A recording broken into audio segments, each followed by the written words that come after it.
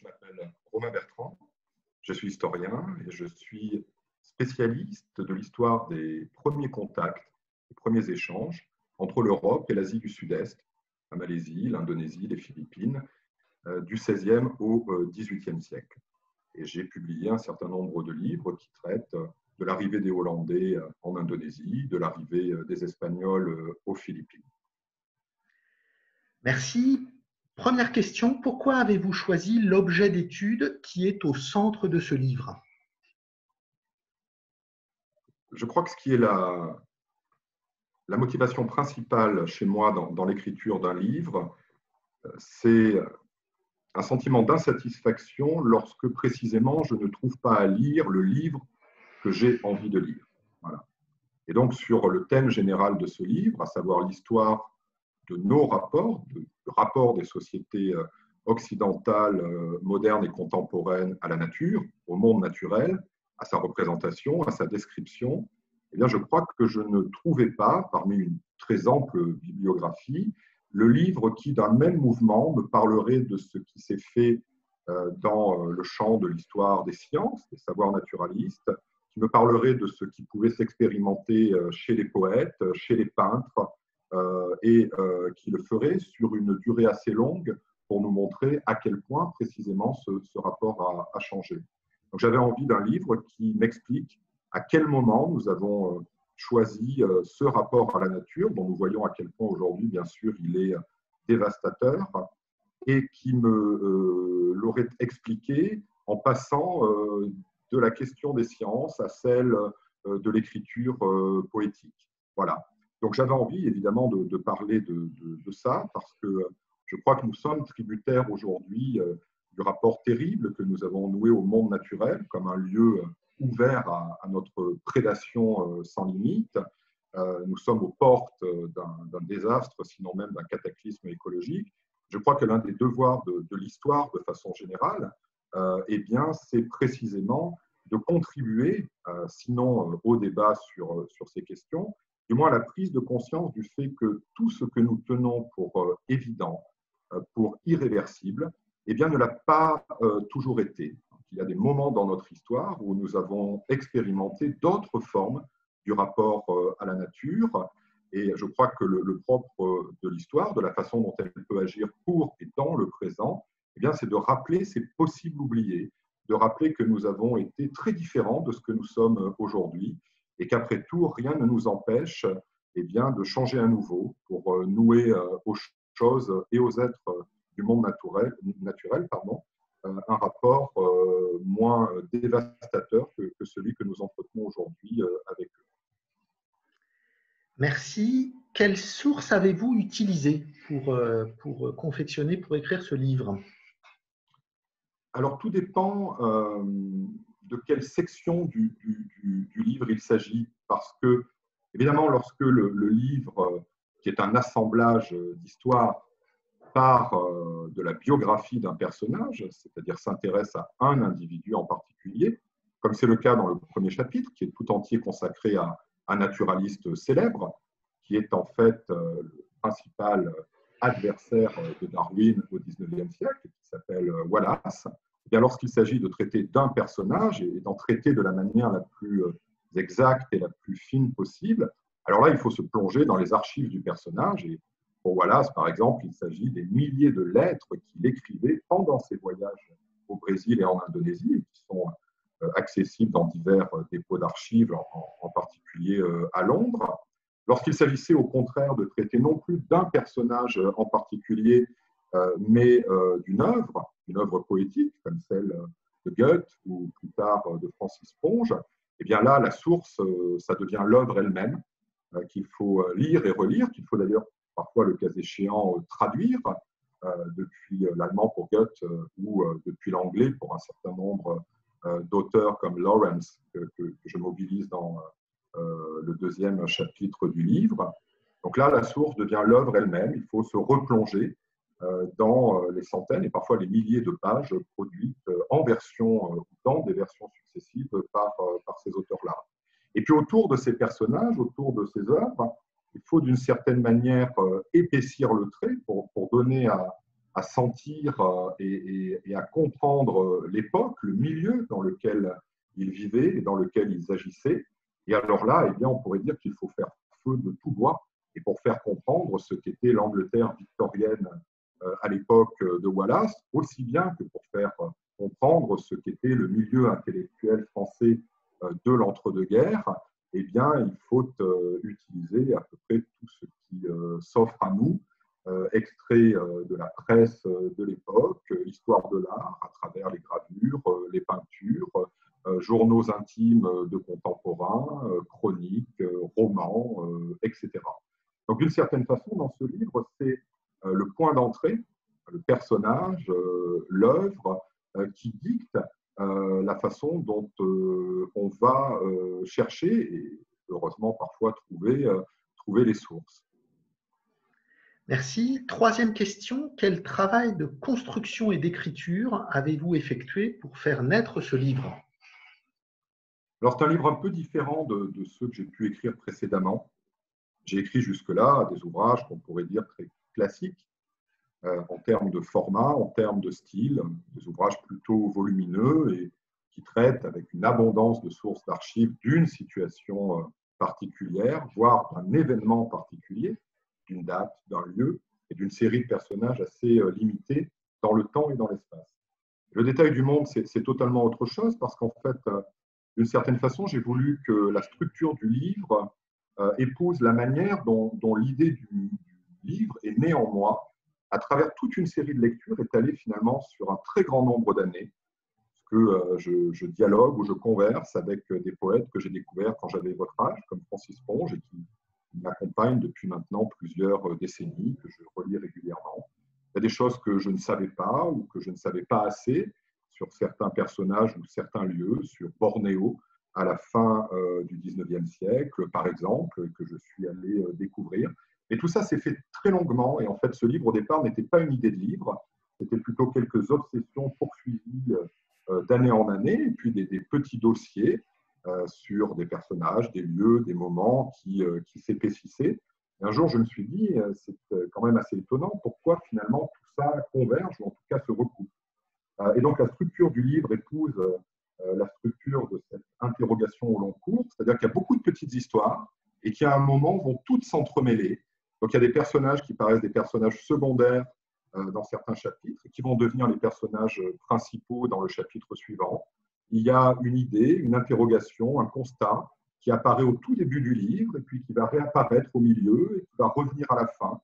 Donc, c'est un livre, on pourrait dire, bâti comme un roman fleuve ou un roman américain où on voit comme ça des tas de petits fils narratifs à un moment donné se nouer en une intrigue. Et puis, ce que je voulais essayer de donner à voir dans ce livre par la langue elle-même, c'est-à-dire par le travail de l'écriture, c'est que d'abord, les sciences sociales ne sont pas nécessairement irrémédiablement vouées à n'accoucher que d'œuvres érudites et austères, donc un peu difficiles à lire, tout simplement parce qu'elles ne font pas l'effort de la langue, et qu'on peut avoir une sociologie, une anthropologie, une histoire qui soit ouverte à l'innovation littéraire, et pourquoi pas qui puisse se lire comme un roman ou presque comme un roman. Et de ce point de vue-là, à un moment donné dans le livre, c'est l'écriture elle-même qui prend la place de l'argumentation savante, ou du moins qui fait en sorte que, eh bien, on dise ce qu'on a envie de dire, mais avec des mots qui ne sont plus seulement les mots du savant ou de l'érudit. Donc la place de l'écriture, la place de la langue, on pourrait dire la place de la recherche littéraire dans ce livre est certainement beaucoup plus importante que dans beaucoup d'autres livres que j'ai pu écrire auparavant. Merci. Quatrième question, je vous laisse quelques instants. Qu'est-ce que ce livre apporte de nouveau une fois que vous avez terminé de l'écrire? Est-ce que vous avez pris du recul un peu? Est-ce que vous seriez capable de décrire ce qu'il apporte de nouveau? Alors ça, c'est évidemment jamais à l'auteur de répondre, c'est à ses lecteurs de se prononcer. Mais comme le livre est sorti il y a maintenant un peu plus d'un an, j'ai la chance d'avoir eu énormément de retours de lecteurs, c'est-à-dire de réactions de la part de gens, alors qu'ils peuvent être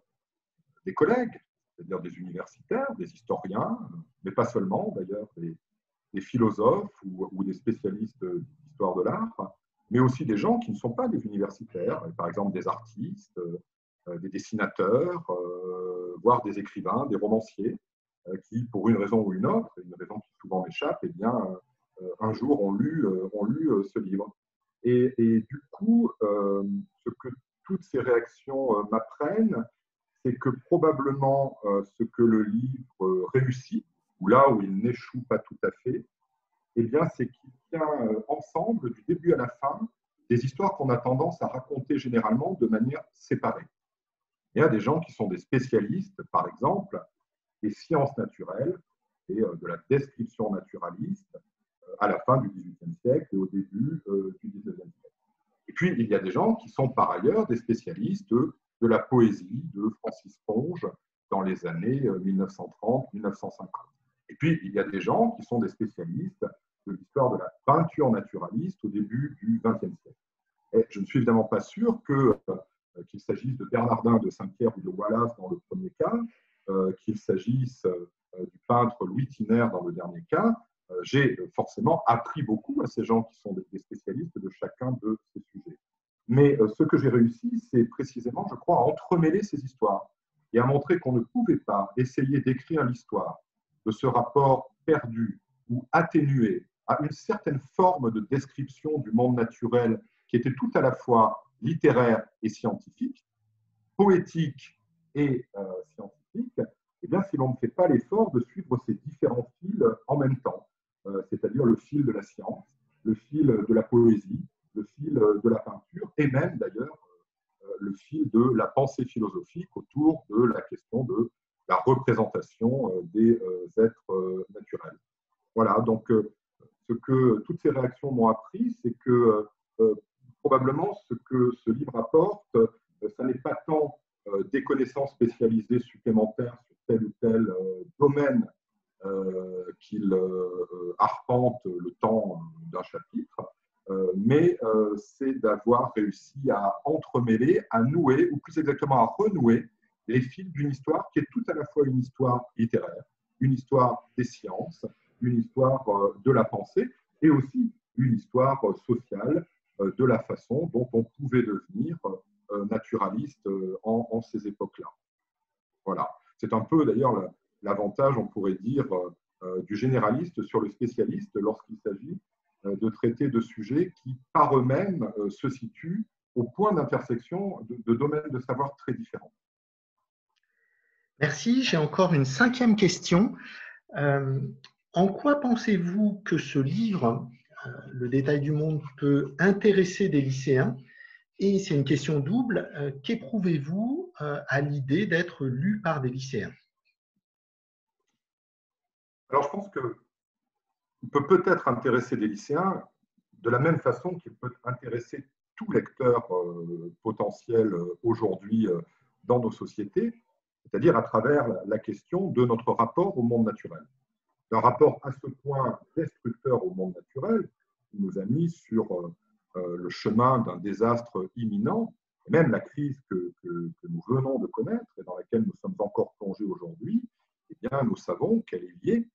à des pratiques de déprédation, à la destruction de milieux naturels qui, auparavant, eh bien, faisaient office de zones tampons entre des virus ou des bacilles et les populations humaines. Donc, je pense que s'interroger sur notre rapport au monde naturel, c'est une question qui probablement est très forte chez les lycéens comme chez leurs parents aujourd'hui. Et je crois que ça peut les intéresser de se rendre compte que ce rapport que nous entretenons aujourd'hui à la nature, ce rapport qui est fait d'un désintérêt croissant à l'égard du monde naturel, à un tel point, et c'est l'un des arguments du livre, que nous ne savons même plus décrire un lieu ou un être naturel, que nous sommes démunis lorsqu'il s'agit de parler de la nature, eh bien ce rapport, ce n'est pas celui que nous avons toujours entretenu avec la nature. Dans notre propre histoire, dans l'histoire de l'Europe, et aussi tardivement que la fin du 19e et le début du 20e siècle, eh bien, nous avions noué au monde naturel un rapport très différent, un rapport plus attentionné qui nous permettait, eh bien, en cherchant à le décrire, à la fois dans sa totalité et dans ses moindres détails, dans ses apparitions, pourrait-on dire, eh bien, nous permettait d'avoir peut-être plus de temps à lui consacrer, et lui donner en tout cas le temps de prendre soin de lui. Donc je pense que ça peut peut-être intéresser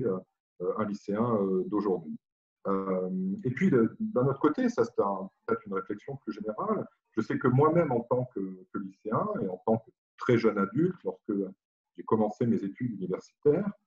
j'ai toujours aimé être dépaysé par un livre, et plus encore par un livre de sciences sociales que par un roman. Voilà. Moi, j'ai commencé à lire des livres d'histoire, de philosophie, d'anthropologie et de sociologie, comme des romans d'aventure. J'ai le souvenir très vif, à 17 ans, d'avoir lu pour la première fois Triste Tropique de Lévi-Strauss. C'est un formidable livre d'anthropologie et d'histoire de l'anthropologie, mais évidemment qui se lit comme un véritable roman d'aventure.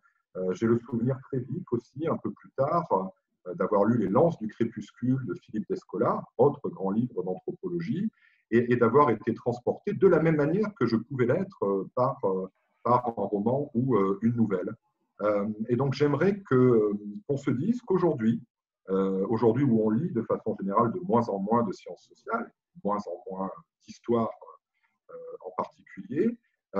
parce qu'on pense que l'histoire, la sociologie, ça s'écrit d'une manière un peu aride et peut-être un peu trop ennuyeuse, et bien qu'on se dise que ça n'est pas totalement vrai, qu'on peut, par l'écriture, par des façons renouvelées de mettre en récit nos questions, et puis nos personnages, et puis nos sources, et bien arriver à redonner goût à la lecture des sciences sociales. Je voudrais qu'on puisse se dire que l'histoire est redevenue un lieu de création ou de recréation littéraire du passé, qui est le rôle qu'elle a rempli pour des générations de nos aînés dans les années 50, 60, 70, les grands-pères fondateurs de nos disciplines, des personnages aussi célèbres que Lucien Febvre, Fernand Braudel et bien d'autres, eh bien, faisaient aussi de l'histoire une discipline littéraire à part entière, avec qu'on appelle des bonheurs de plume ou des bonheurs de style, qui ont eu tendance à disparaître un peu dans les années 80 et 90. Et finalement, l'histoire n'a jamais été véritablement ennuyeuse. Elle a eu tendance à le devenir un peu, et je pense qu'aujourd'hui, elle l'est de moins en moins. Alors, je dis ça évidemment à propos de mon livre, mais j'en ai beaucoup d'autres en tête. Je pense que si, en tout cas, on pouvait retenir de la lecture de ce livre que faire de l'histoire, c'est aussi contribuer à créer par l'écriture d'une manière un peu différente de ce à quoi on s'attend,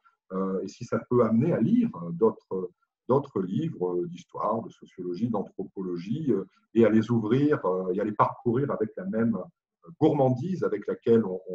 on lit des romans, et bien en tout cas, j'en serais vraiment très, très heureux.